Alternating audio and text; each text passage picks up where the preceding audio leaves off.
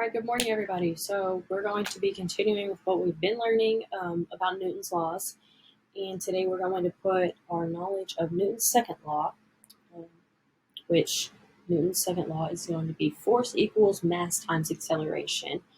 So this is going to be an extremely important formula to remember as we work through the activity I have planned for you guys today.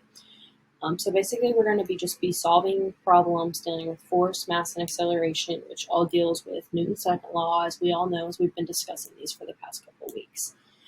So for this activity, basically, you're going to have a record sheet that you guys all picked up when you walked in the classroom, and you're going to be working with the partner I assigned with you that you've been working with all year, and you're going to be working through these problems around the room, basically, because the problems are posted around the room, as you guys can all see, with questions and answers. So before we get to the movement activity, I'm going to kind of just model a problem so we can all be like refreshed on how to solve force before we get into this activity, just kind of as a little refresher.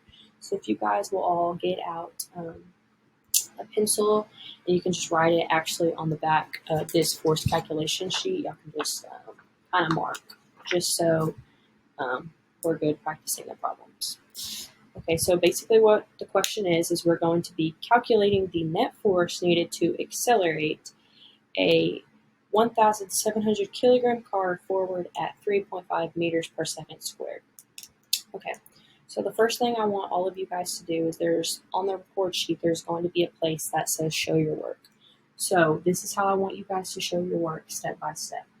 So first off, you're going to start off by writing the formula, which is going to be force equals mass times acceleration for this specific problem because we're looking for force. So then I want you to write each of the different variables. So force, mass equals, and then acceleration equals. So basically, we're going to just read through the problem, look at what we have, and then put it in here so that we can put it into the formula appropriately. So basically, we're going to be calculating the net force that the problem says. So that's going to be our question mark. And then it says, calculate the net force needed to accelerate a 1,700 kilogram car. So kilograms, as we all know, is going to be weight. So that's going to be our mass, 1,700 kilograms. And we're going to be accelerating it forward at 3.5 meters per second squared. So we're going to write that down, 3.5 meters per second squared. Does everybody understand where that's coming from? All right, so we're just reading what we have in the problem. And you should be able to know because kilograms is always going to be mass and acceleration is always going to be meters per second squared. In these problems, there won't be any kind of calculations where you're having to change between grams or kilograms or minutes and seconds. Nothing like that. It's just going to be pretty straightforward. So now that we have what we're looking for, now we can know what formula to use because in some of these practice problems, you will see that we're not always going to be solving for force. Sometimes we're going to be solving for mass, sometimes we're going to be solving for acceleration. So it's important that you know what you're looking for before you choose your formula. All right, so we know that we're looking for force, so we're going to be using force equals ma. So since we're looking for force, we're going to just plug in. So m is mass, so we're going to be using the 1,700 kilograms. And we're multiplying that by acceleration, which is a, and our a is going to be 3.5 meters per second squared. All right, so now that we have it set up, we can just go ahead and solve. So basically force is going to equal, so we're just going to plug in 1,700 times 3.5. So if you guys will put that into your calculators, times 3.5, you should all have come out with the answer of 5,950. And then we want to make sure to show our units. That's going to be a big, important part when we're working on this activity is that we show our units because if we don't show our units, we don't know what we were looking for. We don't know what we solved for. It's extremely important to be put our units. So we're just going to carry them down, kilograms times meters per second squared. So are we supposed to leave the kilograms times meters per second squared like this? Correct. Y'all shaking your heads no. So no, we're not going to. Kilograms times meters per second squared is going to be equal newtons, and newtons is going to be our unit for force. Basically, just newtons is going to be equaling kilograms times meters per second squared. So at this point, we all have an understanding that newtons equals kilograms times meters per second squared. So we're not having to really calculate anything, but I still want you to make sure that you change it to the capital N, which is newtons. So if you want to write down on your paper somewhere that newtons is going to equal kilograms times meters per second squared, just so you know, because that's what I'm going to be looking for when I'm grading this, is if you solve for force. I'm not going to be looking for kilograms times meters per second squared. I'm going to be looking for the N. Okay, so does everybody feel comfortable working these problems? They're pretty straightforward as long as you read the problem carefully. You write down what your different variables are and what you're solving for, so you know what formula to use. So for this activity, you guys are automatically going to be partnered up. And within the partners, we're going to have one recorder and one information gatherer. So the recorder is going to be the person that's writing all of this down. They're going to be writing down the F, the N, the A, and the information gatherer is going to be the one that helps look basically what is the mass, what is the acceleration, what is the force, what are we looking for, stuff like that. So you guys will be working together to be solving the problem, but you'll be divided up that way to ensure that everybody is participating in the activity. So you guys both know how to solve these problems, because on the test you're going to have to solve them individually. So you guys can decide amongst yourself who wants to be the recorder and who wants to be the information gatherer. All the information gatherer is going to be doing is just reading the problem and saying, okay, the force is going to be 1,700 kilograms. The acceleration is going to be 3.5 meters per second squared. We're going to be looking for force, and then the recorder is going to write this down. And then I want both of you guys to solve it in your calculator when you put it in. So you guys both have a paper, and I want to make sure that I see your steps as you go through, and then both of you guys put it in your calculator, because you might get different answers. Sometimes we accidentally push an extra zero when we're calculating something on a calculator. So it's extremely important that you guys are both putting it in your calculator to make sure you guys are getting the same answer before you move on to the next problem.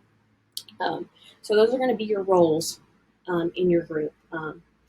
But it's just extremely important to be able to work together. And if you have questions, I'm going to be walking around the room. Be more than free to ask me. I'll be there to help. But I want to make sure that I see both of you guys participating. On the top of your paper, I want you to go ahead and write what role you are once you've decided with your partner, whether you're going to be the recorder or the information gatherer. Write that at the top of your paper so that I know what role you did and what you participated in. Okay, so for this movement activity, around the room, there are multiple questions, and they all have they're all labeled A, B, C, D, E, etc. So what you're going to do is each group is going to start at a different question. So we're not all going to be starting at A. It's not all going to be in order. They don't go A, B, C, D for the questions. So what you're going to do is you're going to start at any question you have. So let's say you start on question E. So if you go to question E, on the top of it's going to say E, and there's going to be a problem below it, like a word problem. So what you're going to do is you're going to write your question letter. So you started on question E, and then you're going to read the question. The information gatherer is going to help the recorder write down what you're looking for, what you have, what your data is, and then you're going to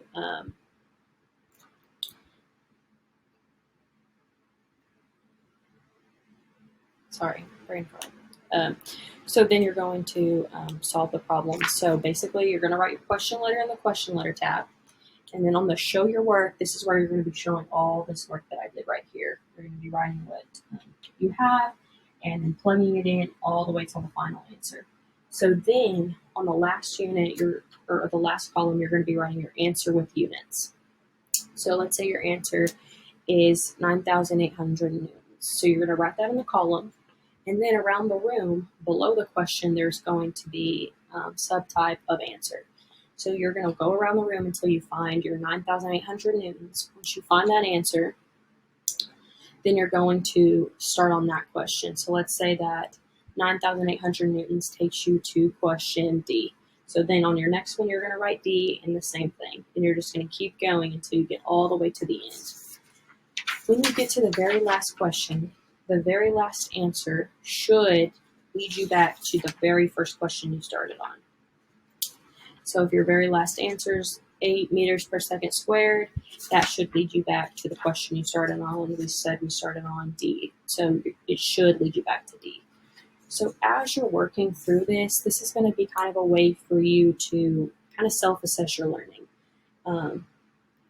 If you solve a problem and you get an answer and then you look around the room and the answer is nowhere to be found, then obviously you didn't solve the problem right, so you're able to go back, look specifically at your steps. That's why we write this, to know where we went wrong, because it might just be a simple miscalculation in the calculator, and you're going to retrace that because every question has an answer. So as long as you are calculating them right, you should make it around the room pretty quickly. Another rule is we don't want to have multiple groups at one question. So if there's a group at the question you're waiting on, just kind of wait on them a little bit till they finish the question, because we don't want to get groups mixed up, because as I said, everybody's going to be starting at different places, and so everybody's going to be going in a different order. So if you're talking to somebody and they solved a problem a certain way, that might also be kind of an issue. So does anybody have any questions over the recording sheet or your roles and your partners? So just to re-clarify, you're going to write your question letter, you're going to show your work, which is going to be step by step, and then you want to make sure you write your answer with units, because I won't give you credit for this assignment if you don't write your units, because how else will I know what you solved for? The same thing with your work. If I can't see that you know step by step what you're doing, then that doesn't show me an accurate representation that I know that you know how to solve for force. So lastly, I have provided each of you with a note card, and on this note card is going to, it's basically just a modeling problem. You can just carry this around with you as you work around the room, and this will just be helpful so you can kind of know how to solve a problem if you got mixed up. We worked this problem together. This problem is going to be slightly different. That way you can always remember the formula, remember just step by step how to solve it. So the last thing I want to cover before we start sending you guys off to do the movement activity is the fact that some of these questions are not always going to be solving for force. So in this question, we solve for force, which force is equal to ma, but some of these questions I'm going to be asking you to look for mass and acceleration. So before you start, we talked about how to solve for mass and acceleration when you're given the force per se. So for example, we talked about drawing a triangle, and force goes on the top, mass, and then acceleration. So if you're looking for force, obviously, whatever you're looking for, when we're reading this triangle to be able to know what formula to use to solve these problems, you're just going to cover up whatever you're looking for. So for this question, we were looking for force, so we're going to cover up force, and it's just going to be mass times acceleration. If we're looking for mass, per se, we're going to cover up mass, and that's just going to be force divided by acceleration. If we're looking for acceleration, it's going to be the same thing. We're going to cover that up. It's going to be force divided by mass. So it's important to know, it's important for the information gatherer to know exactly what you're looking for, because you're not always going to be looking for mass. Because knowing what you're solving is going to be extremely important in being able to set up this problem. Because if we were looking for mass per se, it would not look like this thing.